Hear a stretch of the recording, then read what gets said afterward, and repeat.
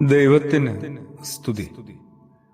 പ്രഭാതകിരണത്തിലേക്ക് സ്നേഹവന്ദനം. ഭാഗം 2247. ഇന്ന് ഫെബ്രുവരി മാസം 24-ാം തീയതി, 55-ാമത്തെ ദിവസത്തിലെത്തി. വലിയ നോമ്പ് ഇന്ന് 9-ാം ദിവസം. ദൈവത്തിന്റെ വെളിപാടിന്റെ പൂർണ്ണരൂപം ക്രിസ്തുയേശുവല്ലേ? അതെ, സംശയമൊന്നുമില്ല അതിലാർക്കും.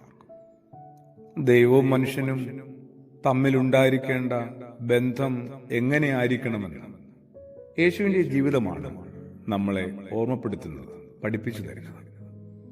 ഇതൊന്ന് തിരിച്ചറിയാനും കൂടിയുള്ളതാണ് ഇത്തവണത്തെ വലിയ നോമ്പുകാലം.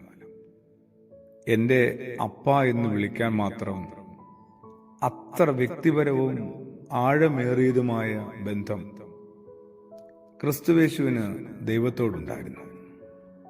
ഓർക്കണം, അക്കാലത്ത് ആ ഒരു നാട്ടില്, ആ ഒരു ഭാഷയിലും സംസ്കാരത്തിലുമൊക്കെ കുഞ്ഞുങ്ങൾ കുറച്ചേറെ സ്നേഹത്തോടും കൊഞ്ചലോടും അപ്പനെ വിളിച്ച വാക്കാണത് അബ്ബ.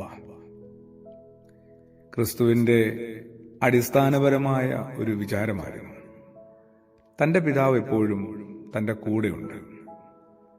നിരന്തരം തന്നോട് വഴക്കുകൂടാനായിട്ട്, ഏറ്റുമുട്ടാനായിട്ട്, തന്നെ പറഞ്ഞു തോൽപ്പിക്കാനായിട്ട് വന്നവരെയൊക്കെ യേശു നേരിട്ടതും ഇത് പറഞ്ഞുകൊണ്ടാണ്. എൻ്റെ പിതാവ്, എൻ്റെ പിതാവിൻ്റെ, അങ്ങനെയൊക്കെ പറഞ്ഞുകൊണ്ടാണ്. വിശുദ്ധനായ യോഹന്നാന്റെ സുവിശേഷത്തിൽ അതിൻ്റെ ദീർഘമായ വിവരങ്ങൾ കാണാം.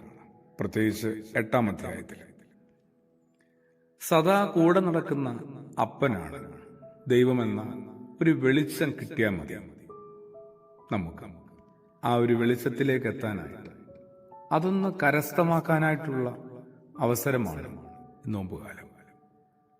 എന്നോടൊപ്പം സദാ കൂടെ നടക്കുന്ന എൻ്റെ അപ്പനാണ് ദൈവം. ആ വെളിച്ചം കിട്ടിയാൽ ഏത് പ്രതിസന്ധിയും നമുക്ക് നേരിടാൻ പറ്റും, മറികടക്കാൻ പറ്റും.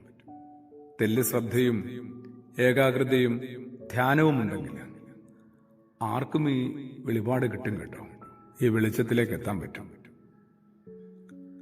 എന്തായാലും നമ്മൾ കുറച്ചുകൂടി ബോധപൂർവം ഒന്ന് ജീവിക്കണമെന്നേ ഉള്ളൂ. ഒരാൾ തന്നെ തന്നെ കാണുക എന്നാൽ അതിന്റെ അർത്ഥം എന്താ? അവനവനിലുള്ള ദൈവാംശത്തെ കണ്ടെത്തുക എന്നുള്ളതാണ്. അങ്ങനെ ഒരാൾക്ക് മാത്രമാണ് നിരന്തരം കൂടെയുള്ള ദൈവ ചൈതന്യത്തോട് ഒന്ന് മിണ്ടിപ്പറയാൻ പറ്റും. നിരന്തരം ആ ചൈതന്യം കൂടെ ഉണ്ടെന്നും തിരിച്ചറിയാൻ പറ്റും. അതാണ് ഒരാളുടെ പ്രാർത്ഥനയും പ്രാർത്ഥനയെ തുടർന്നുള്ള അനുബന്ധ ജീവിതവും. അങ്ങനെയുള്ള ഒരാൾ ഒത്തിരി കാര്യങ്ങൾ ധൃതിയിൽ തന്നെ ചെയ്യുന്നുണ്ടാവും. വീട്ടിലും വയലിലും ഓഫീസിലും വഴിയിലുമൊക്കെയായി.